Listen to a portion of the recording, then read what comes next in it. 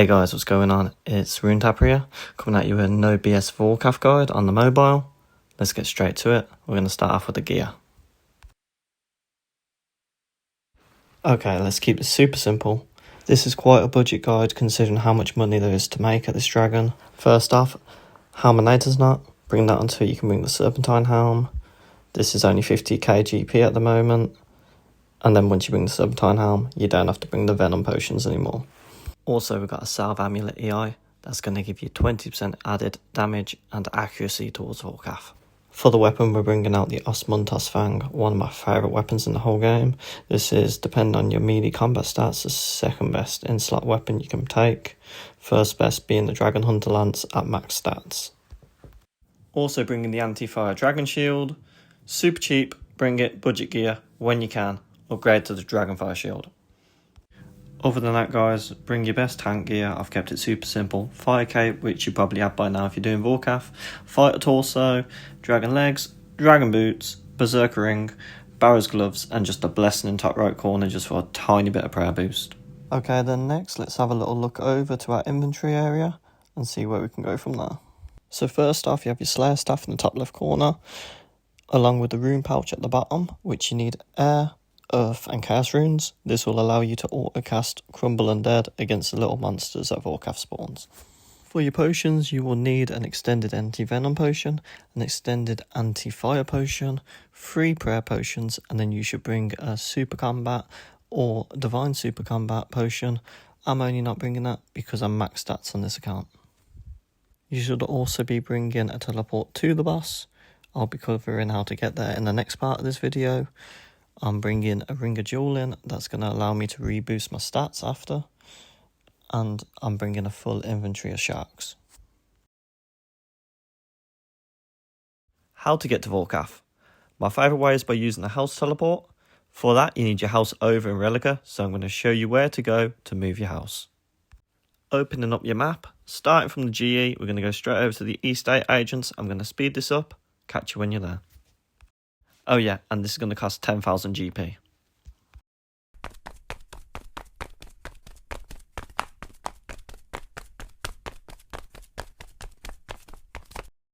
Once you're here, right click on the Estate Agent, relocate, click Relica, 10,000 coins, and you're good to go. Mine is already there. Okay guys, all you got to do is teleport to the outside of your house to make it quicker. I like to change the order inside the tablet. This is going to save you a lot of time. If you want to see more tricks like this, I've got hundreds, so just drop a comment below. Okay, now you're outside the house location. Just run north, up to the boat, and off we go to Vorkath. Another super quick way is using Fremenic boots. Teleport to Relica, straight on the boat, back at Vorkath once again. These boots are obtained from the Diaries of Fremenic. The third and final method uses a Drayman staff. We're going to be going to fairing code AJR. This is just in case you don't want to use the other 2 methods, but this way will take you a little bit longer. Once you're here, go west, following the dirt path until you hit the portal, and then it's the same as before. We go north, take the boat, and there you are.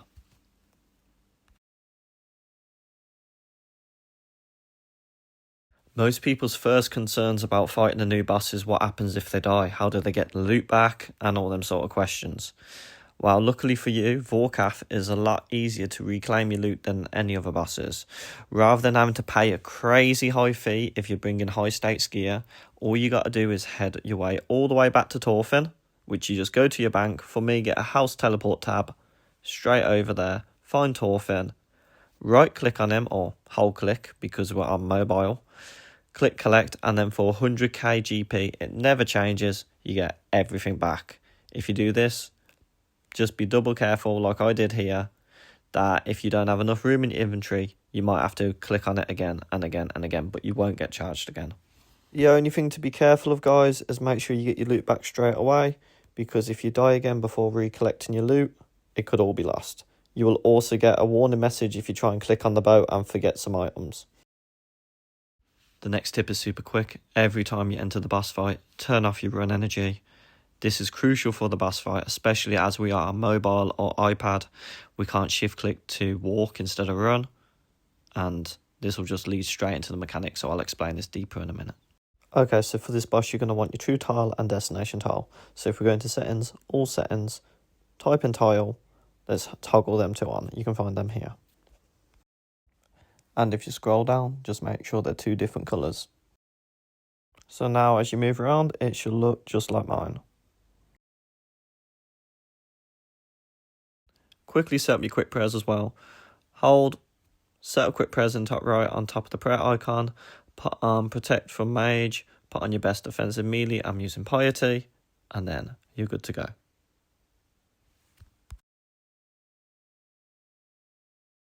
Okay, so you don't have to understand every attack Vorkath does, but I'm going to very quickly explain them all. The first one, he's going to attack with mage, and that's going to look like a blue orb coming towards you. He will attack with mage the most because we are up close, but because we've got overheads, we're okay. This second attack here is a spiky ball. This is his range attack, which can hit up to 32. Finally, here is his melee attack, which can also hit up to 32.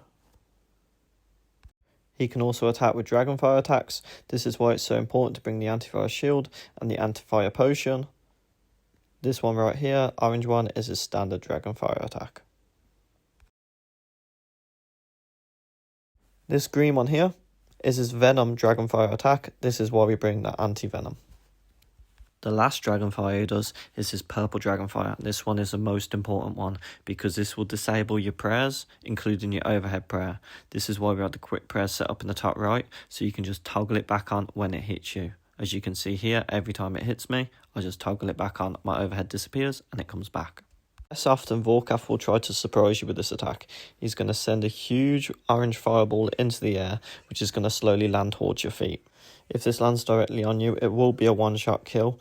If you are one tile away, it will half the damage. If you are more than one tile away, it will do 0 damage. This is why you see me step 2 tiles away every single time this attack comes in, demonstrated here. It is because of this attack for why I stand in the middle next to Vorkath. This is because it's very easy for me to see how to step 2 tiles away. Even if I step 1 tile on a diagonal, I will still get hit with 50% of the shot. Therefore, I stand in the middle, I can move to the right or the left. A lot of people like to put down these tile markers here. That just helps you see where you're standing, but I find that it gets a little bit too crowded, so I don't use them. But if you think that will help you, feel free to use them. Okay, so all them attacks that we've just spoke about, Vorkath will start throwing any one of them randomly at the start of the fight. He will cycle this every 6 times and then do a special attack. So that's 1, put my prayer back on, that's 2, that's 3 attacks, 4 attacks, move 2 tiles, 5 attacks, move 2 tiles, 6 attacks, then he'll do 1 of 2 special attacks. This one is his zombie spawn.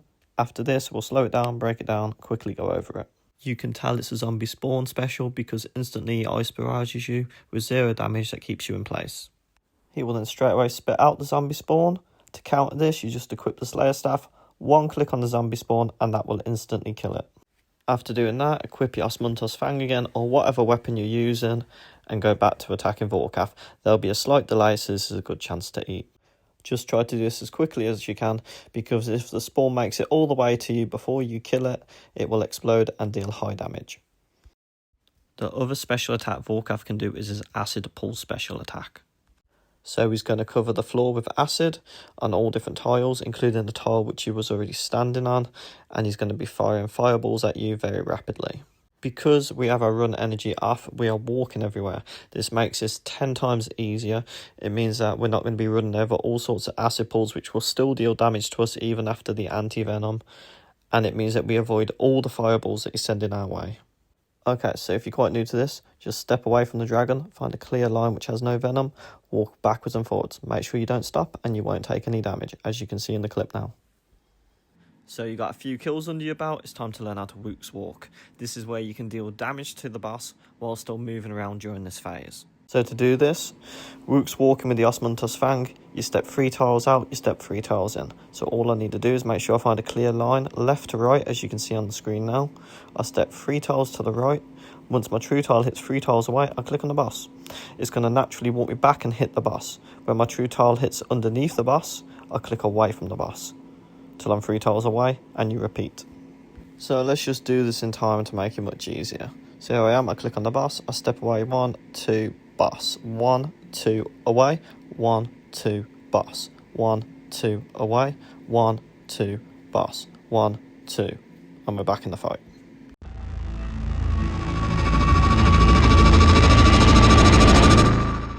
Okay then guys, it's time to print some money. Let's put everything together that we've learned.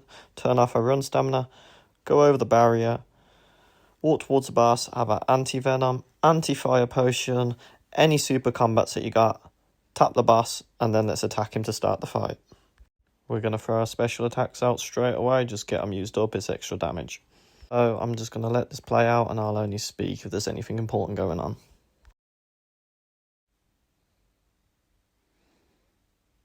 Fireball, so take 2 steps away, attack, back to the centre, and we carry on going.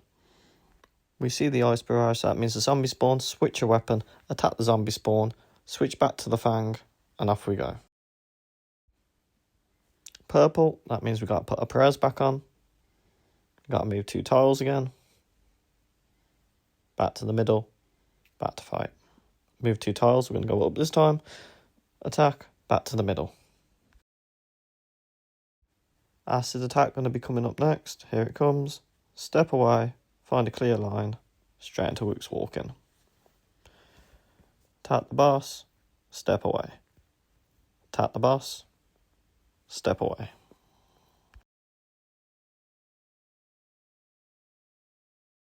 Now that's finished, just attack the boss, get back to the centre, keep going.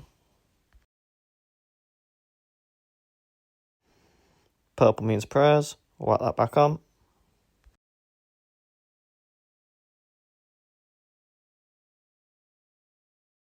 That was the 6th attack, so here comes the zombie spawn. There it is.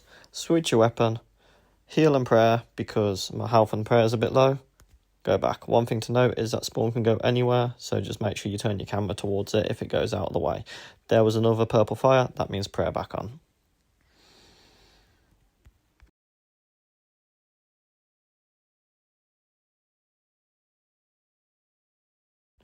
Melee there, that was his 6th attack, so the next one's going to be the acid spawn. Step away, find a line, and off we go. Attack the boss, walk away. Attack. Walk. Attack. Walk.